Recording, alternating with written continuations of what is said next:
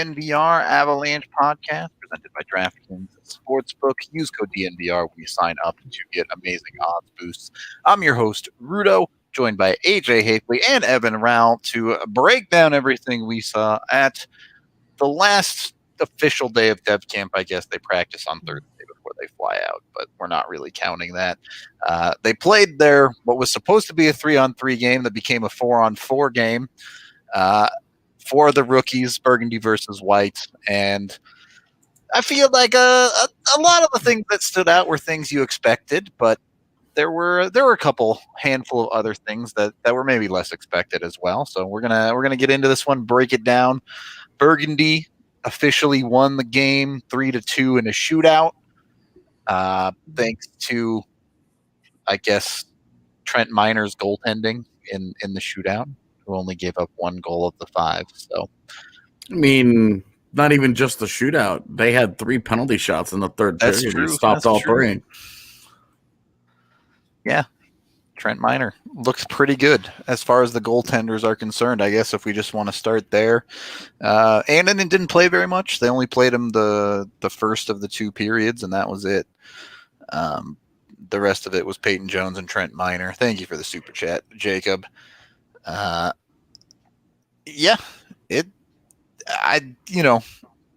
It's one of those scenarios in the immortal words of Randy Savage, nothing means nothing. This game having been played, all the 3 days of Dev Camp drills kind of mean nothing, and by the end of this weekend, after 3 proper hockey games have been played, this scrimmage will mean nothing. So don't read too much into it. But still, it was nice to see these guys play not real hockey, but something akin to real hockey. Game situations. Yep.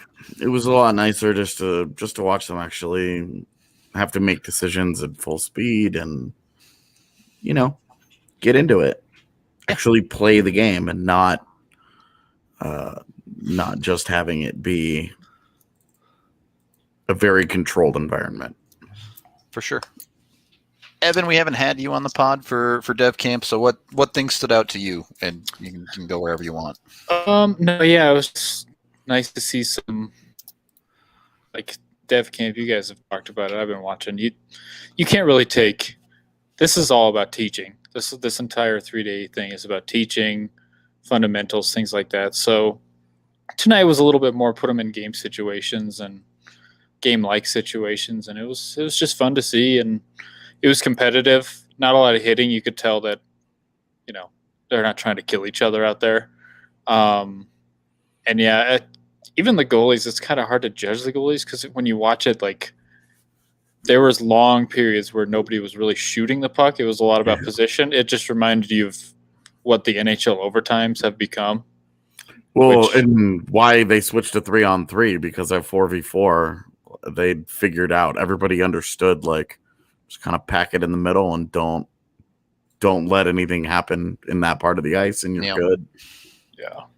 So, but yeah, it was a fun night. A lot of people, seemed like a decent turnout as well. Definitely. Yeah, it was good. It was especially funny because nobody was there this morning. Yeah, it was. And then dead for the actual camp stuff. Folks showed out for the game, so that was fun. Funny how that works sometimes, but so take everything. It's still not really 100% speed like it pretty much will be for the tournament this weekend, but nonetheless, still a lot more interesting than drills. We'll put it that way. A lot more going on in front of you there. So, where do you want to start? Do you want to start right at the tippy top with Newhook, or do you want to start elsewhere? Yeah, it's fine. I mean, he hasn't belonged all week. He didn't belong in this game. He's just a cut ahead of everybody else. Yeah. For all the excitement about Sampo Ranta all week long, it really goes to show you the difference between here's a prospect to be excited about, and here's a prospect who is in every facet completely ready for the next step. Yep. It's funny with Newhook, right? Because by day 2 of the Dev Camp, it was I'm not even going to get excited about this with Newhook because he's just too good to be here. Like, Yeah, we didn't tweet about him a whole lot. We didn't talk about him a whole lot. It was like expectations were pretty high. Expectations met. Moving on. Yep. So it's simple work for Newhook there. I think, things are pretty clear. He's going to play in this tournament as a tune-up, and then what will be through training camp and wherever he ends up in the lineup. Fully expect him to play one game. Yeah. And then have them, and then they'll sit him. He'll probably play their first game and then just use the rest of the weekend to hang out. The only thing that's interesting is, well, I guess it's not that interesting because he is a center, but we all expect him to play the wing this year. Yeah. But they seem very committed that obviously this is a long-term thing, that he's going to be a center long-term, and that he's playing center and, his line mate Bowers is not. Tonight. Yeah. So, yeah. So, yeah, worth noting. The other guy at the top, obviously, our title guy here. It was interesting to watch. They're kind of two different guys, the way they go about things. Newhook was, working at high rate of speed, 110%. It felt like almost every shift tonight. Yeah. Whereas Byram was like straight chilling. Well, I mean, straight chilling, but he spent almost every time he was on the ice, he spent a significant portion with the puck. Don't get me wrong, Byram dominated this game. Like, when I say straight chilling, he was freewheeling. He was trying stuff. He was like, I'm better than every kid here, and I'm just going to do whatever I want. Well, and he was not shooting until the Newhook centering feed, where he was like, all right, well, I kind of have to. I'm 10 feet from the net between the hashes. I guess I have to shoot this one. Yeah. So it's funny because, we were talking about it at Dev Camp yesterday. It's like the drills for defensemen in these things it's not set up for them to succeed. It's mostly like, hey, you guys are at a disadvantage, fundamentals, things like that. And then it's like he got into this game. He's like, all right, guys, you're all going to learn. Like, he had the puck most of the night. Like, and it seemed like he was out there all the time. Like, I guess you just see how much better he is than everyone. And there's somebody that he toe dragged in the second period that it was just like, oh, that was goodbye. Nothing. Yeah. And then he tried, what did he do? He the bure move off his skate for the shot. Yeah. Hit the post, and it's just like, oh man, this guy's ready. Like, let's just move on. Just like Newhook, he'll play one game hopefully and just be chill the rest of the weekend. Yeah, exactly. Yep, that's what I expect. There isn't. It's two NHL guys that are going to play for the Avs this year, and potentially play like meaningful roles. Yep, and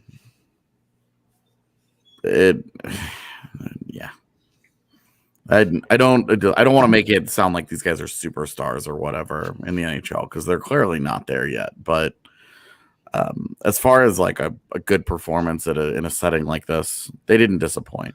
Yep, they should look better than everyone else, and they lived up to it. They gave no reason to pump the brakes for sure. You're just ready to see them go into full camp, go into NHL stuff. And to be honest with you, I would say that there were probably 4 or 5 guys that just looked like this level of play. Yep. This sounds condescending, but it's beneath them. Yep.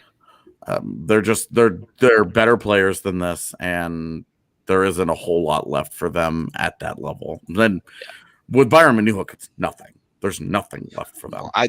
It's in tiers, right? Like, there's probably 3 other guys there. I mean, you can get into where they fall exactly, but it's like, all right, so these guys are pro ready.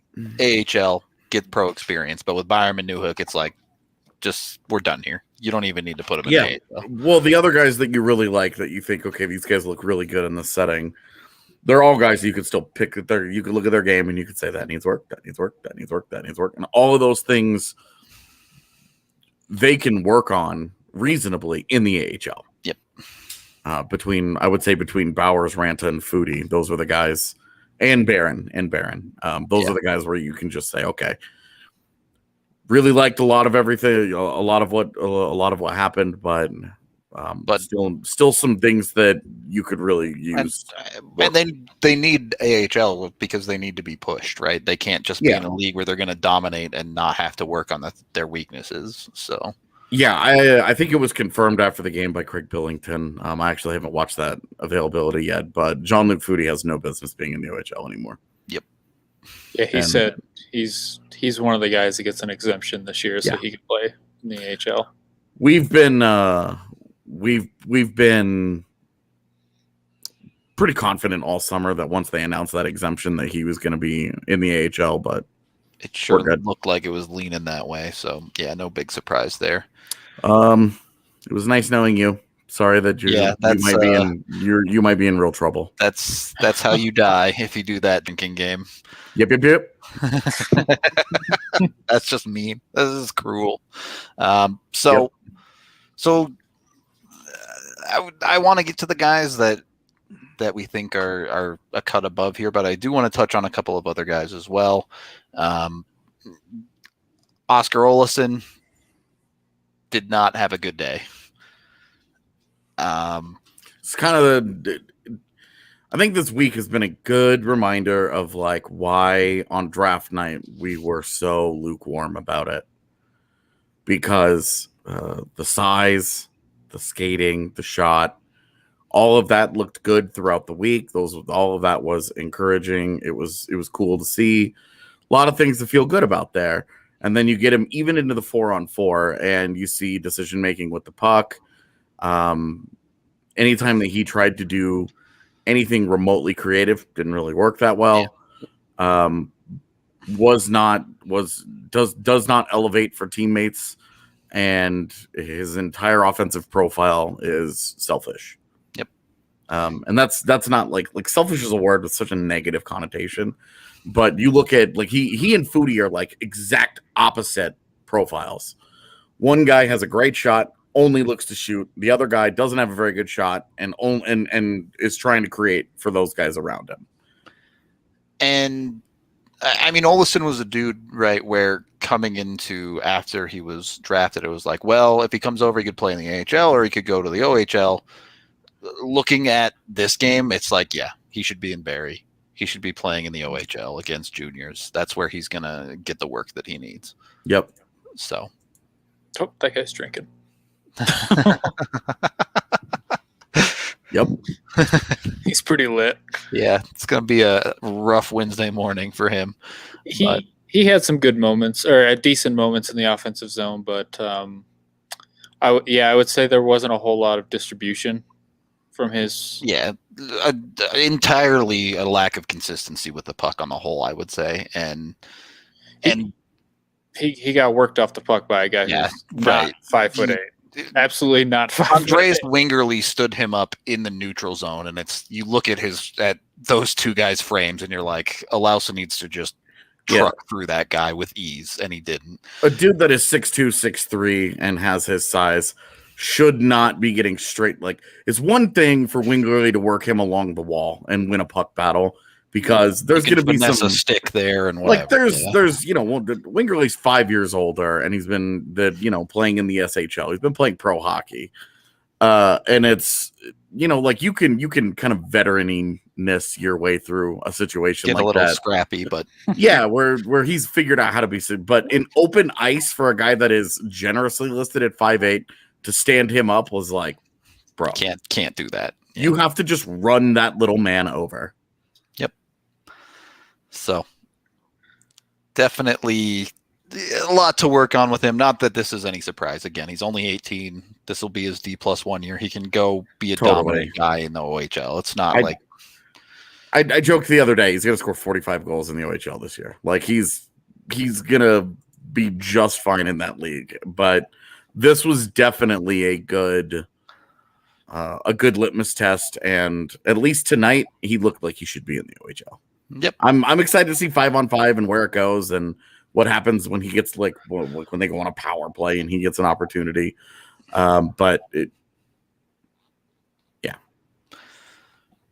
Yeah, we can get to a couple more of these guys, but first we are brought to you by Breckenridge Brewery, the official beer of DNVR. You can get it down at the bar on tap. Highly recommend you check the bar out. It's a dope place to grab a beer, especially nowadays because, sports are happening again. And you can watch exciting Denver sports down at the bar with some Breck Brew in your hand. So check them out. Check out their hard seltzers from Good Company as well. And if you need a little bit of extra beer money, the Ball Corporation is hiring right now for their Golden plant. You can text Golden to 77222 or go to jobs.ball.com to get yourself an application. They're a great company. They're awesome to work with. They also pay living wage. They give good benefits. The thing I always bring up is they will help you with training. If you have holes in your CV and you need something to help fill it out, they will help you pay for a class or training that you need to make your resume all tip-top shape. So check them out today. Again, jobs.ball.com to get yourself an application for their plant down in Golden. And then we got to tell you, we still have some diehard shirts left in Avs colors. And for the number of y'all that showed out to this dev camp, this game, and the ones that are clamoring for a way to stream it and all of that stuff, even though that didn't exist, unfortunately. Seems like the Die Hard shirt is right up your alley. That's all I'm saying. Check out our new Vibes collection, the Die Hard shirt in burgundy and blue. It is very pretty, or so I'm told. The D-Line and Co. designed a bunch of awesome shirts. If Avs shirts aren't your thing, we also have Rockies, Broncos, Nuggets colors as well. So just go look them up. They're all dope. We also have women's sizes too. So we're working on getting more shirts with women's sizes. Keep your eyes peeled for that as well. All right. Second period of the DNVR Avalanche podcast presented by DraftKings Sportsbook. Rudo, AJ, Evan coming at you. Rounding out some of the other forwards, Alex Bocage had an interesting game. I thought he started really, really slowly. Did not look great for long, but then the last 6-7 minutes of the game, they started feeding him pucks, and it was just tee off time for that guy. So when they got the extra attacker, they essentially set up what will be a power play unit in Loveland. Arizona. Yeah, Loveland too. Yeah. So it was Barron, Ranta, Bocage, Foodie, and I'm missing one. I don't even know. It might have been Wingerly that was out there too. Probably Wingerly. Yeah, it's a fair assumption. As the fifth guy, and they were running that play where Foodie was out high on the far side, and they had Barron on the left side up high in the zone with the puck, and he would move it down along the wall to Bocage, and Bocage would move it back to Barron, and then he'd move it across to Foodie, and Foodie would step into the open space of the ice and then whip it cross ice to Bocage. The first time they did it, Bocage hit the post because he took a second to gather the puck in and tried to pick a spot, and he rang one off the post. And then the next time they ran it, both Foodie and Bocage sped it up, where Foodie, instead of catching the puck, taking 2 steps in, snap pass across. Yeah. He just one-touched it. Perfect pass on the ice across, and Bocage one time to end. Like, Trent Miner did not stand a chance. Had no hope on that one. Did not stand a chance on that at all. So he just couldn't get across quickly enough, and then Bocage hammered it home. Yep. The boy can shoot. Yeah. It was a great example of what several of those guys do at a high level. His first period, his skating looked rough to me. But yeah, you could kind of see in the second, the shot is what's going to get him some chances here. And it's telling that they set up the play specifically for him to wire that thing home, and it worked. Yeah, Miner wasn't even close. I think he was still on the other side of the net when it went in. The goal, it wasn't like it was in an incredible top shelf. He couldn't even. It was not even remote. Like, it was pretty middle of the net. It was pretty middle of the net. It was just that it all happened so quickly that Miner, even having read it decently, and Miner's not very big, So he's got to get over there lightning fast, and it was just too quick for him. Between the pace of that pass and the strength of Bocage's shot, it's just that's a lot to ask, man. Yeah. So a little bit of the cut below guys there. I'm curious, kind of where you think some of the dudes we think in the tier above are at there. You have Barron, who I thought was solid, but it was a game for me for Barron where it was a lot of flash, but not quite consistent enough. You would see a good shift out of him defensively. You would see him flash a little bit of offense, and then there'd be a shift where he kind of takes it off a little bit, or he gets beat in a corner battle or something. I didn't really see much from the defensive end from Barron. All the things that I really remember about Barron came with the puck. Okay. Where he dipped down low, carried the puck through early on in the game, and had the cross ice feed that did not end up. And then Mutala biffing the cross ice feed to him on the back door. That would have been an easy tap in goal. And, him he had jumped up into the play and he was going to have a breakaway had he gotten a better feed from who I don't remember who, but it was just a quick touch and it was too far ahead of him. Just sailed by. Yeah. Yeah. And so all of that, like good instincts though, he would have had a breakaway with a better pass. And all of that's offense. All of that was him creating and generating, and he finished with an assist on the game tying goal. Although he didn't do anything. It's the classic secondary assist for the defenseman who just moves the puck to a guy who does something. I really didn't notice him defensively. I didn't see a whole lot there. I think he hit the crossbar in the second period too. He wired one. Yeah, the one thing I'll say about him defensively is that through this dev camp, and there's a moment in the game tonight where he's shown a little bit of a nastiness. He's like the one guy who's, and I haven't watched him a lot in juniors really, so I don't know if that's part of his game, but it's he's a big guy. He looks really big out there compared to everyone else. So it's nice to see him show a little bit of a nasty side. Whatever he's listed at feels small. Yeah. Just based on what he looks like out there. I don't know if we will be streaming the games at the DNVR bar. That's a little bit complicated because we'd have to hook up streaming a stream. Yeah, to the TVs. So I'm not going to make any promises there on that one.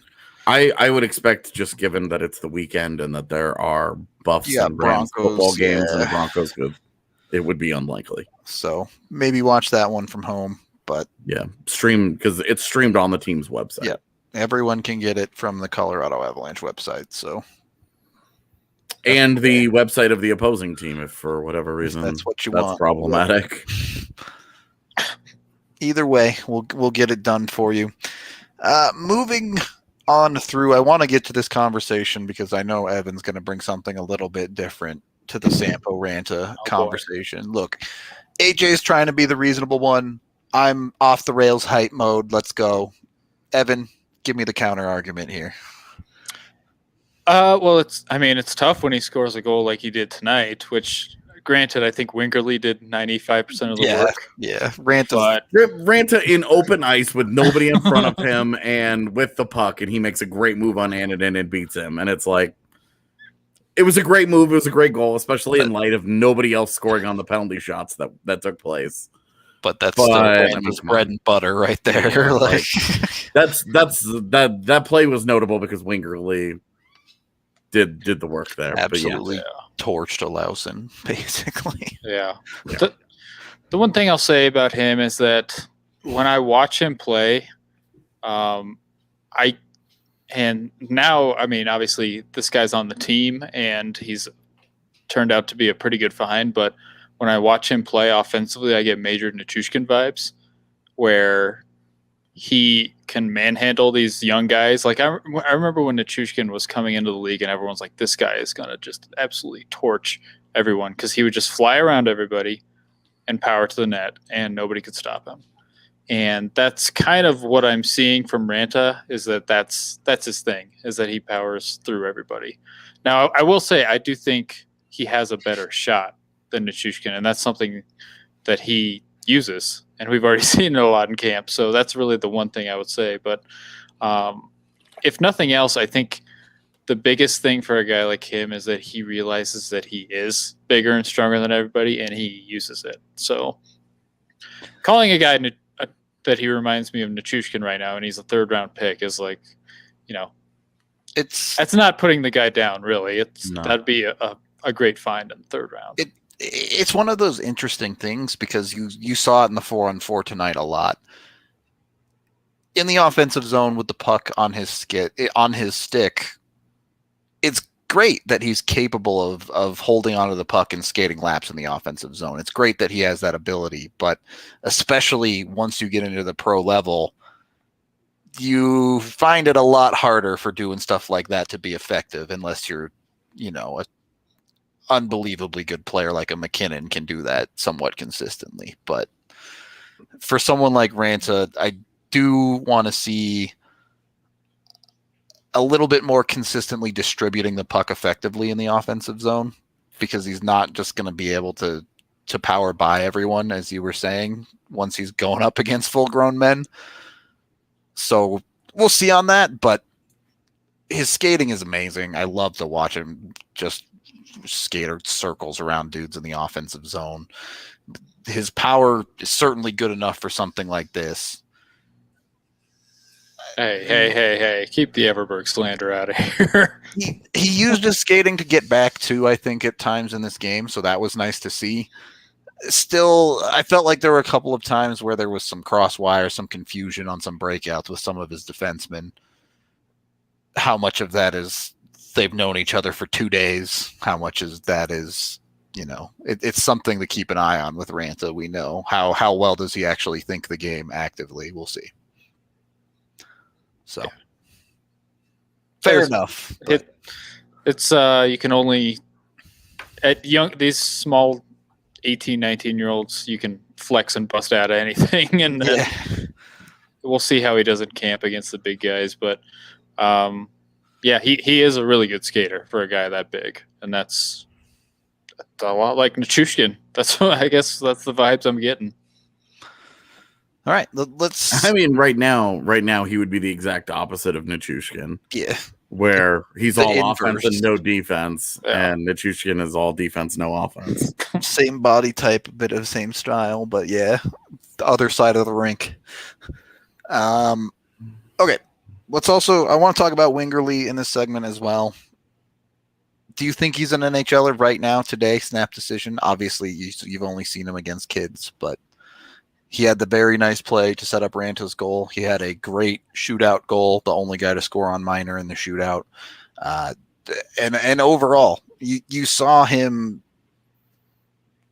working on the forecheck, doing a lot of those things that a coach is going to see and like. It's hard to say. I will say he's caught my eye. I kind of forgot about him 2 weeks ago, and then seeing him this weekend, he's caught my eye, and now I'm intrigued to see how he looks against these NHL guys. But if he is gonna be like he's got a little nastiness to his game, so that might give him a chance in camp. So we'll see. I'm not gonna say he's an NHL guy right now, though. I still have some significant concerns in the defensive zone. Couple of shifts where he was defending Newhook, and granted, yes, it's Alex Newhook, but Newhook spun off him and created space off him pretty darn easily a couple of times where it's like he's going to be physically overmatched, of course, even more so in the NHL, and it's going to be every shift. Yeah, but he should be comfortable with that reality, though. That's been his whole pro life. He's never been big, so it's not like he's had to make some adjustment to being the little guy, right? Yeah. I think he's comfortable in his own skin, but is he an NHL or no? I would say could be one of the depth guys. Obviously, have to see what he does against that competition, but just based on what we've seen this week, and it sucks because the role that he's going to play is going to be limited, fourth line, go forecheck. Of course. get on the PK, block a shot, do the little things, get dirty. And this is not the week for that.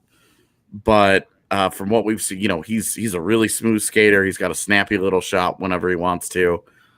He's not lacking skill, that's for sure. But it's not. I don't think he's an NHL player. All right. Just based on what we saw this week. Cole in the chat wants to hear our Klerman thoughts. We'll get that in real quick. He was there. Yep. Yeah, he flubbed a lot of pucks today.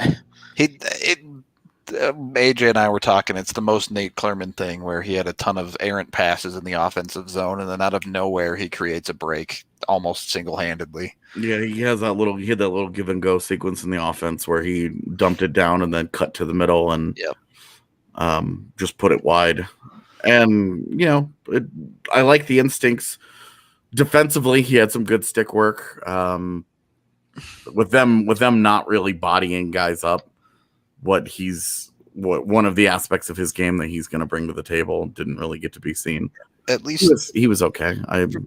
For the rookie tournament, him and Diastis looked like it could be a fun little shutdown pair there. I really liked his defense. Diastis, that was really quite. It was interesting because I liked him in some of the drills that I saw, but I didn't like his feet. And then we saw him when he got hemmed into his own zone. He's really good along the wall. He's really good behind the net. He mucks and grinds really well. Looks like he's very comfortable in that kind of environment.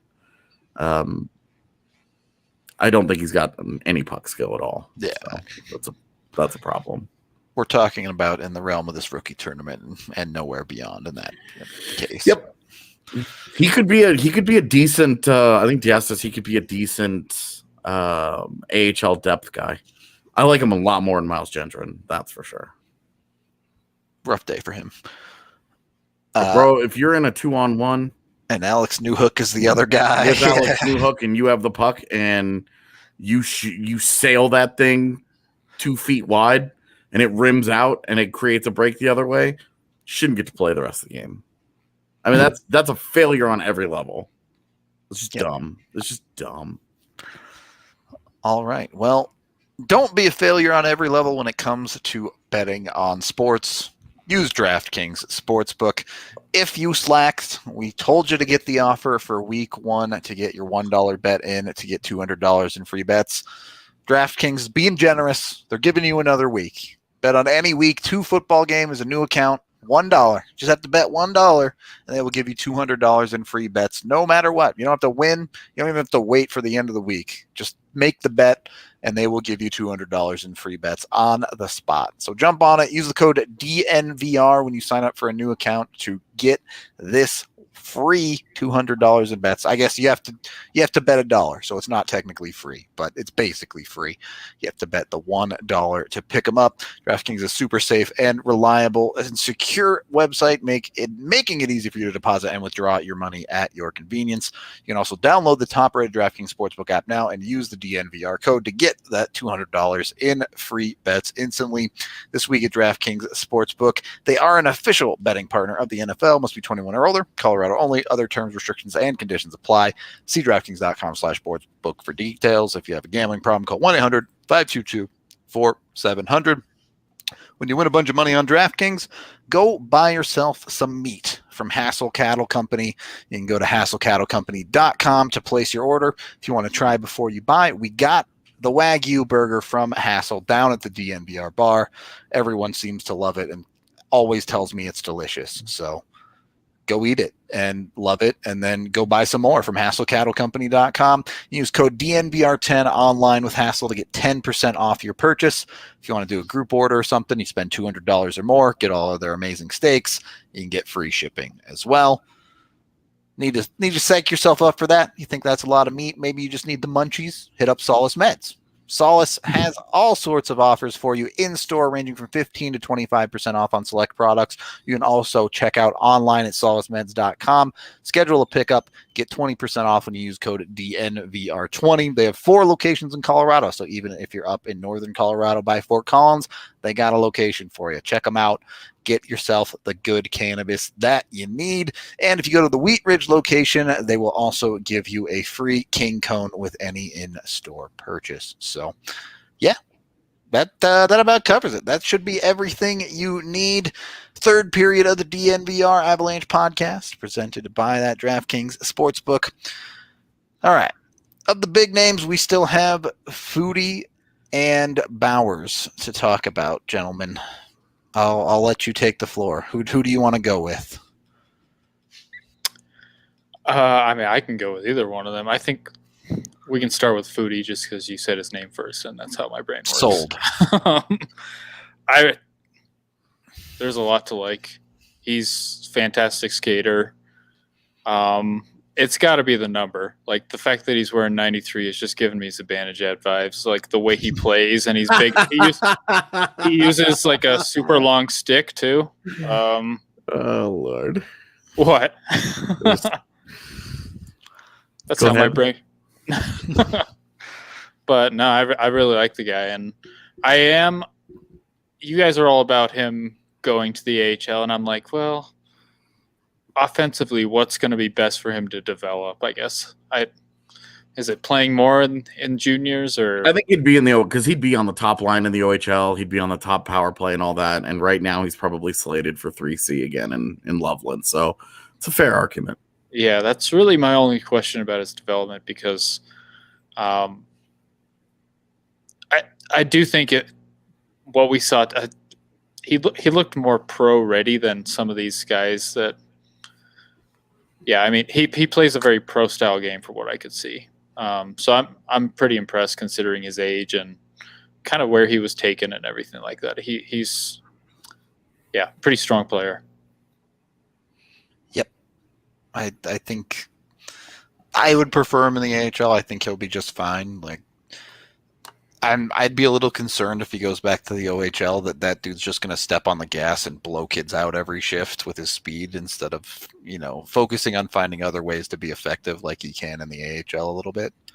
Downside is that playing 12 minutes a night in the AHL, reduced opportunity for sure. Yeah. And playing a really, really, really pass heavy style only. Yep. Because he knows he can be successful doing that. And doesn't ever have to work and develop that shot.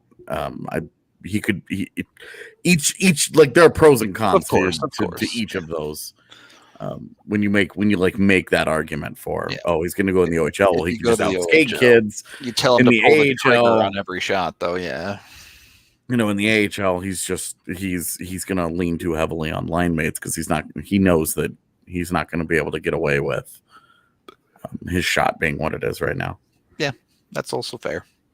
Not going to argue against it. So, Foodie's exciting.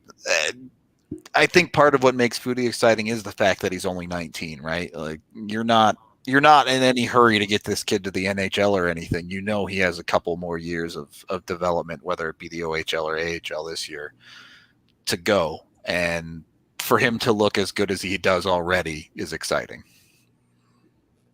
Yeah, I really liked what I saw. A lot of transition, a lot of carrying it out. There was that one time where he circled back, and I was like, "What are you doing?" And then he just skated right by that guy, and it was like, "Okay, yep, there you go. That's much better." The playmaking and the creativity and the passing, though, it's so good already. Honestly, when he fills out, he gets a little bit of strength on him because he's pretty wiry, and his skating did not look great in drills. And then you watch him in open ice, and the guy he takes flight, and you're like, okay, well, he uses it effectively too. I thought he was one of the better players as far as positional play. He can rotate back when a defenseman pinches in. There were a couple of plays where he was the last man back of the 4 guys out on Team White. So he puts it to good use even when he doesn't have the puck. Well, when he he tries to play so high up in the offensive zone on a regular basis, and he understands if I do this, like I'm in the defenseman pinches, I've got to stay. You're the guy who's And we saw him consistently because it was something I was paying close attention to was when he was doing that, when they were switching and rotating, I was keeping a close eye on how does he handle this defensively. And he was doing the right thing. He was keeping himself in position to get back, help defensively, and make sure that he does not hang his line out to dry. It's just really high hockey IQ all over the ice. Everything that he's doing, he's reading the ice at a high level. It's just really smart hockey. And when you combine it with his with the playmaking and the skating, I don't know that I would agree with you that he's a couple years away. I think he's 2 years away. Still. I would say that because of where the Avs are, they can afford to give him another 2 full seasons and not really think about it. Sure. But I think by the start of next season, he's probably going to be tempting. Well, as a depth, especially if he stays at center, and if he could start to if he plays 3C with the Eagles this year, and he really starts to develop a defensive game. I mean, you threw out Phil Deneau to me today. Yeah. Well, I said without the defensive ability, right? But I mean, stylistically, yeah. I would say that would be a really smart development track for the Avs is try and get him. Go pull him aside and say, "Hey, we want you to be this guy." Yeah, and if they could get him to really commit to an excellent defensive game, and he turns into that kind of shutdown guy for them, it would be huge because his style, like, nothing against Tyson Jost, but his style of play surely fits their identity a whole lot better than what Jost does. Yep, definitely does. But as you mentioned, the Avs have the luxury of him only being 19, and they don't need to rush him. Unfortunately, on the other side of that coin is Shane Bowers, who it feels like is out of time. It's now or never. Yeah. And I asked Billington about him, and he gave the old standard. Nobody's ready. Not everyone is ready to play right away. Some guys take time, and nothing I've seen this weekend makes me changes my mind of why the hell have we not seen this guy play at least one game? AJ we watched Liam O'Brien last year, literally every day of camp, every single day. Every time we would talk about Bowers, it was like, I don't get it, don't understand why he's not in the NHL, why he's not getting a look in the NHL. Like it's one thing if he got 3 games and he played like shit, like Kaut did last year. Yep. You know, where like the short stints really went poorly, but he didn't even get a look. He barely got taxi squad time. I mean, he feels buried. And it's confusing to see. He's so smart and polished, does so many things well. And he does not dominate. He doesn't overwhelm with skill. He's not brimming with the same kind of tool set that certainly Newhook and even, and Olausen and even Ranta and Foodie and Bocage, like those guys all have something on offense where you're just like, holy smokes, you can see where this would be successful in the NHL. Bowers just doesn't really have that thing that carries him. It's all IQ. It's all try hard. He's an extension of the coaching staff on the ice. He should be a coach's dream. He's so smart and he's such a hard-working guy and he's such a good skater and he's got such good size. It makes it is the opposite of normal. And it almost seems like he was that first year. Bednar absolutely loved him in that first training camp. And then that's my hope is that he gets into a preseason game because Bednar actually gets to see him in preseason again and be like, oh yeah, there we go. Now he's not a first-year pro. He's a third-year pro. Maybe we need to take a look at this. Because you guys mentioned his skating. Like, he blew by those guys on that chip pass by Byram. Yeah. It was straight up. I mean, just smoked those guys. Won the foot race, and then the guy tried to. I don't remember who it was, but he tried to hold him, and he just fought him off with one arm, and then used the other arm to power through. He just blew right by all of them, and then scores on the breakaway, and it's just like, dude. Yep. Just does. was, you mentioned he's not high skill. Yeah, there were some things like the 2-on-1. I think he was trying to feed Byram backdoor, and he just kind of flubbed his backhand pass. Yeah. But it was just a lot of little things like resetting in the defensive zone, giving your teammates space, and digging pucks out of the corner, like that. Every little detail is so polished with him, and that's the part where it's like he looks like an NHLer in those territories. But Yeah, and it's like, look, dude, even if this guy in the NHL is just a fourth line guy, why are you dicking around with the Darren Helms of the world when you have a guy like this right here that you're developing and you're doing all this work? Like, today and seeing him in the game is exactly why this has been frustrating to watch over the last one, because this is who he is. And he's not going to dominate the AHL and put up, 30 points in 30 games or something. He's not going to do that. It's just, it's not who he is. It's not what he does well. And it's weird and frustrating that it continues to be like a thing held against him, that an NHL role player is not just destroying on the scoreboard. What good did it do TJ Tynan to be 1.5 points per game in the AHL? He would get to the NHL. He can't play the role that's being asked of him.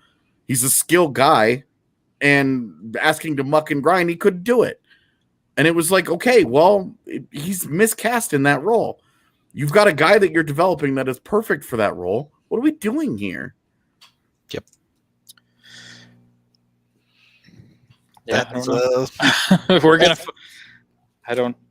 I'm just really hopeful that he plays the way he did in preseason 2 years ago again. Yeah, if he comes out of this season without an NHL game, I do really think the Avs. If he hasn't played an NHL game, by the middle of the year, he's absolutely like the guy where you're like, okay, he's the guy who gets traded at deadline. That's the deadline prospect swap they make or whatever. And some team will absolutely put him in their NHL lineup, and the Avs will go, oops, guess we should have tried that. Yeah, and like when you look at how Grimaldi has succeeded in Nashville, yep, it's like, look, they boofed, like Jared Bednar missed that. Yep, he missed that, and maybe he didn't think that he could get Grimaldi to that level in his system or whatever. But like Jared Bednar put that guy in games, and was wrong to let him they just missed it. They had that guy. They traded for that guy. They targeted him, traded for him, watched him be that guy, and then just let him walk. And we're like, oh, well, he's not. This isn't going to work out for us. And he goes into Nashville and immediately proves them wrong. And so for all of the good that the Avs pro scouting has done in recent years, Jacob McDonald find and et cetera, et cetera, et cetera. It's not like they haven't done a good job for the most part in finding guys. Don't want to take any of that away from them. Yeah, absolutely. Yeah. They've been wrong. They've been wrong before, and Grimaldi was a good example of that. And it makes me wonder if that's where we're headed with Bowers, with Shane Bowers, where he's going to be the Ryan Graves on the prospect swap. Yep. The Avs are going to give him up, and he's going to go and be successful elsewhere. And whatever they get back may or may not work out, but that guy's going to go on to have a nice, solid NHL career as a depth center. Mm-hmm. And it's frustrating that he hasn't gotten the look. It's frustrating that this feels so predictable. Yep. I think that's most of it. Any other ATOs y'all want to talk about? Any surprises, anything like that? I mean, I talked to Brian Hofer throughout the week. Got into a game, and decision making at any speed became problematic. Yep. Hockey IQ immediately jumped out and was a concern. I still like the size. I really want to see 5-on-5 because I really think in 4-on-4, like, your responsibilities are a little magnified. He needs to cover significantly more ground at 4-on-4. Yeah. And at 5v5, I really want to just see him keep it simple, use the size, go to the net. Yep. Battle hard. I want to see that. I really want to see Jack O'Brien. There were some moments with the puck. I liked them. Some intriguing stuff. Pulling for him, hoping he has a good weekend. I think he's going to see quite a bit of time. That's who I was going to say. Is O'Brien. He's listed at 6 foot. That doesn't seem right. He's listed at 154. That looked right tonight. Like, he he was getting knocked off the puck. But it shows that they like him because he was playing with Bowers most of the night in the 4-on-4. So I think they see something there. But I the like other him, guy, man. yeah, he's got some skill. So the other guy that I kind of liked, I don't know if he's an undersized defenseman, but 89 Savoy, I think is probably how you say it. But Yeah, I kind of liked him. He seems like a smart little player. he made a number of good defensive plays. One of them on Byram. Yeah. So I that's like- about it. I did like Sword a bit too. I think he was pretty consistently solid. So some puck skill issues there, of course. I But don't think there's any, man. there were a couple in the offensive zone. Maybe puck skill is the wrong word. Maybe decision making is the correct word with some of the passes he's trying to thread through the zone. But either way, it should be fun. I know the guy in the chat asked for biggest disappointments as well. I'm not going to take any disappointments from 3 days of dev camp and a 4-on-4 thing. It's just not worth. Nope. I mean, again, like we've seen guys at the like Makar was just okay at some of the stuff, Right. and did it matter? Nope. You know, so there was really not a disappointment, I would say. This is Maybe the biggest disappointment is that something's apparently wrong with Nick Henry to the point that he's not in the games. had a no contact for the whole thing. Yeah, and then did not participate tonight, and I would like to see that. So I would like to see him. He's an interesting player. Yep. Yeah. Hard to see him magically healing over the next 2 days too to really play in the tournament. Yeah, whatever's bothering him, I don't know, man. Whatever's bothering him is Let's go play some real games. That's what I say. Let's go. Yep. Get to the real stuff. Like I said, none of this means anything at 5 p.m. on Friday night when they start playing real hockey games. So Yeah. keep your eye out for that. We're going to get out of here for the day. We are off tomorrow as AJ is making the long drive down to Arizona, but we'll be back Thursday and then post-game Friday. Well, no, we'll be off Friday too. We're doing that one Saturday morning. It's a weird schedule the next couple days, but the next time you will see us is Thursday. We'll have 2 pods on Saturday. There you go. So keep your eyes peeled. Be sure to tune in. We appreciate all y'all in the chat, even the late hours. There's still a bunch of you in here, so thank you. We will get out of here, and we'll talk to you all Thursday, I guess.